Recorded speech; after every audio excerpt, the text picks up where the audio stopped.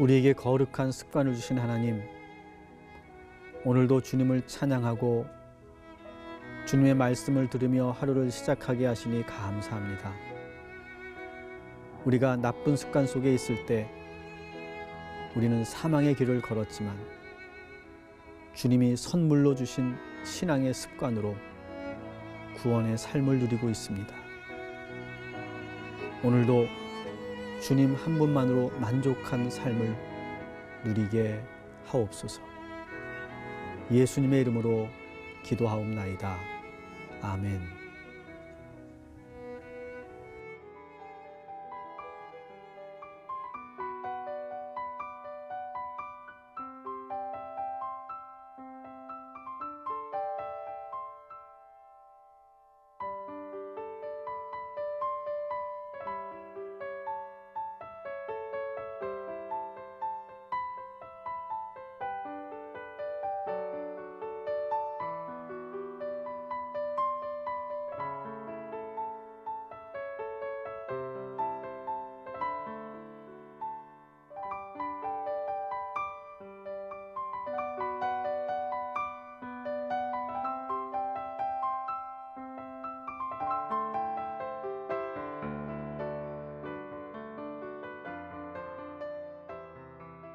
기도로 여는 하루, 동탄 꿈의 교회 김석현 목사입니다. 지난주 아내들과 그 엄마들이 거리에서 부르짖는 그 소리를 느헤미야가 듣고 있었죠. 그 소리를 듣고 지금 느헤미야는 크게 화가 나 있습니다. 5장 6절을 보면 내가 백성의 부르짖음과 이런 말을 듣고 크게 노하였으나, 지금 느헤미야가 화가 난 것은 지금 성벽 재건이 제동에 걸려서 저 시위대 때문에 화가 난 것이 아닙니다. 그들의 눈물의 이야기를 들으며 화가 난 겁니다. 그리고 아내들과 엄마들이 이렇게 거리로 나와서 울부짖게 만든 이 이스라엘의 현실을 보고 화가 난 것입니다. 흉년이나 자연재해 같은 그런 것으로 인해서 백성들의 살림살이가 어려워졌다면 어쩔 수 없죠. 약소국이기 때문에 페르시아에게 세금을 강제 추징당하는 것도 또 어쩔 수 없는 그런 현실이라고 볼 수 있습니다. 문제는 같은 동포끼리 빼앗고 착취하는 일들이 너무 사회 안에 비일비재하게 일어났다는 것입니다. 흉년이 들면 같은 동포에게 비싼 값에 식량을 팔아먹고 밭이나 포도원 집을 고리로 저당 잡히게 하고 또 가족들을 노예로 팔아넘겨 뿔뿔이 흩어지게 만드는 이 동족들, 특히 예루살렘의 사회 지도층들이 이런 식으로 폭리를 챙기고 재산을 불려나갔다는 이 사실에 지금 이 느헤미야가 분노하고 있는 거예요. 실제 역사 기록을 보면 그 당시에 담보 이자가 최고 40에서 60%까지 치솟았다, 이렇게 되어 있습니다. 오늘날 사채업자들보다 더 많은 폭리를 취하고 있었던 겁니다. 그러면서도 귀족들은 전혀 양심의 가책도 느끼지 않았습니다. 여기에 지금 느헤미야가 크게 화가 난 거예요. 그는 나라를 잃고 포로로 잡혀가 가족이 흩어져 산다는 것이 얼마나 비참한 일인지 너무나 잘 알고 있기 때문에 타국에서 노예로 팔려간 아들, 딸들을 생각하니까 감정을 억누를 수가 없는 거예요. 동족을 돈을 받고 노예로 팔아버리는 이 예루살렘의 지도층들을 보며 크게 분노하고 있는 거예요. 지금 이 느헤미야의 분노는 거룩한 분노, 올바른 분노라고 볼 수 있죠. 여러분, 역사가 어떻게 바뀌었습니까? 어떻게 정의가 실현되고 인간의 자유와 존엄성과 인권이 만들어졌습니까? 저절로 된 것이 아니라 분노할 수 있었기 때문에 가능했던 것입니다. 그런 분노는 파괴적 분노가 아니라 건강하고 성숙한 분노가 있었기 때문에 역사가 바뀌었던 것이죠. 예루살렘은 지금 백성들의 분노가 일어나고 그들의 말을 귀담아 들으면서 느헤미야가 분노하고 있어요. 지금 예루살렘에서는 성벽 재건과 함께 이 땅에 정의를 다시 세워나갈 그 창조적인 에너지가 들끓고 있는 거예요. 그러나 느헤미야는 순간적으로 올라오는 감정으로 이 유대 사회 기득권층을 몰아세우지 않습니다. 7절에 보니까 그는 깊이 이 상황을 생각하고 있다 이렇게 표현되어 있습니다. 느헤미야는 경험으로 알고 있죠. 사안이 급하면 급할수록 감정적으로 격해지면 격해질수록 그때 더 많이 기도해야 되고 숙고해야 된다는 것을 그는 페르시아 정치 한복판에서 살아남으면서 배웠던 거예요. 만일 그가 감정적으로만 살았다면 그는 여기까지 오지도 못했을 거예요. 느헤미야는 뜨거운 분노를 가슴에 품고 차가운 이성으로 생각할 줄 아는 사람이었어요. 충분히 기도하고 숙고한 느헤미야는 유대 고위 관료들을 모두 불러 회의에 소집합니다. 그는 유대의 귀족들과 민장들을 먼저 만납니다. 민장은 당시 고위 공직자들과 관리들을 말하죠. 본문을 보면 느헤미야가 이 일을 어떻게 처리하는지를 우리가 볼 수 있는데 7절을 보면 먼저 귀족들과 민중들을 불러서 회의를 소집합니다. 근데 이것은 비공개 회의예요.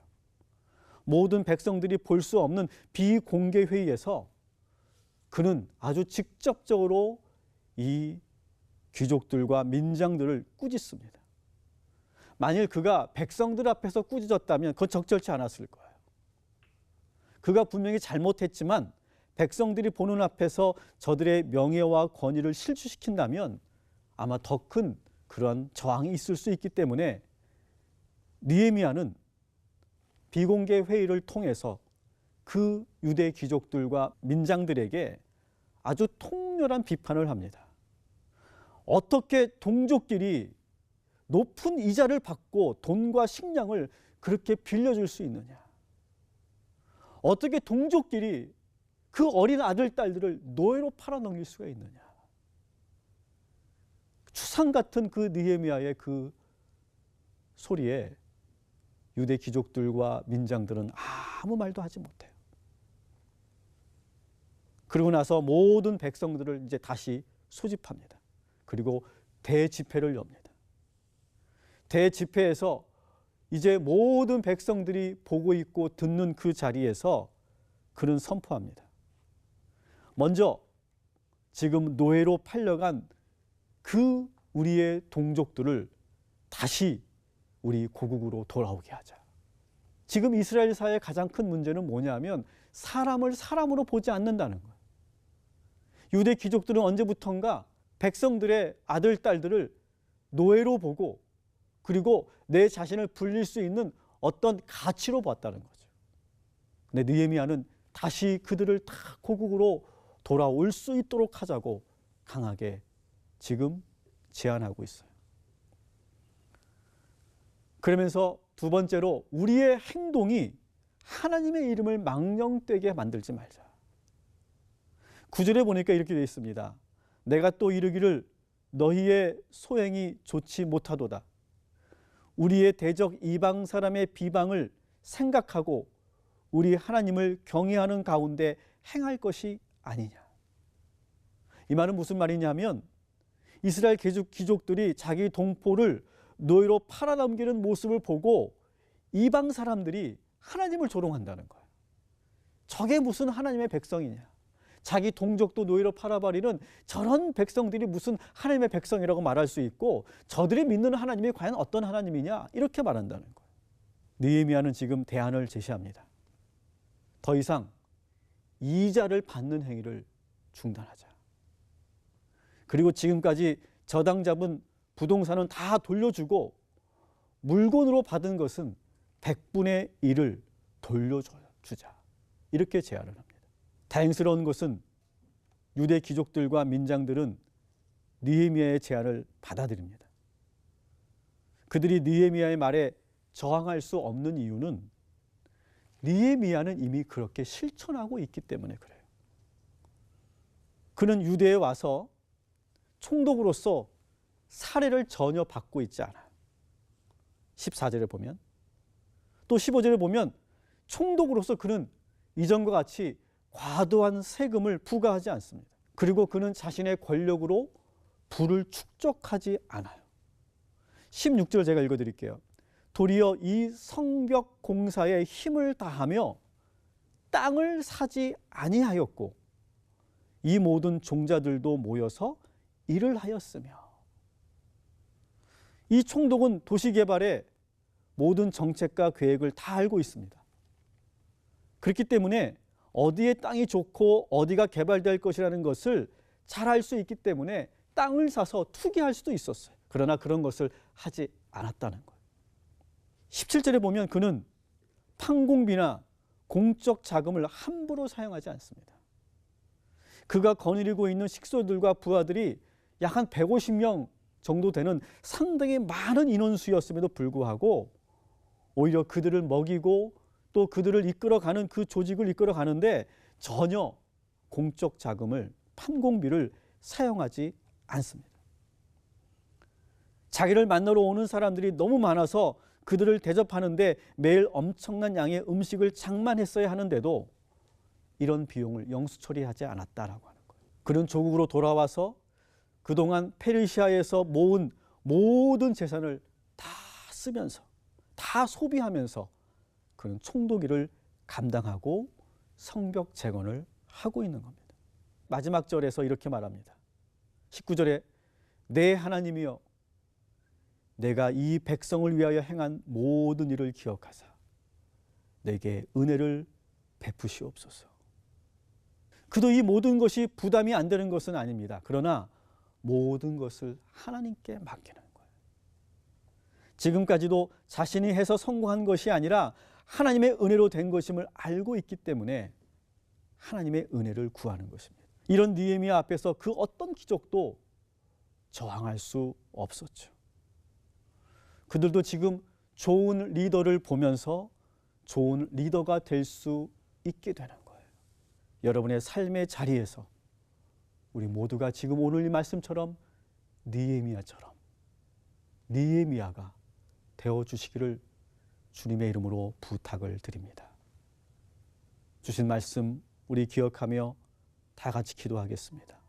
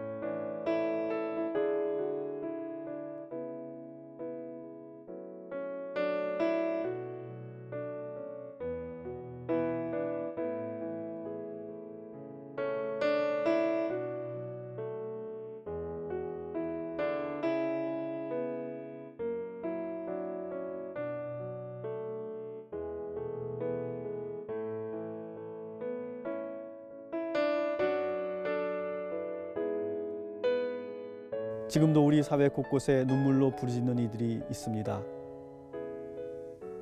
느헤미야가 그들을 외면하지 않았던 것처럼 그들의 목소리를 들을 수 있는 우리나라 지도자들이 되게 하옵소서.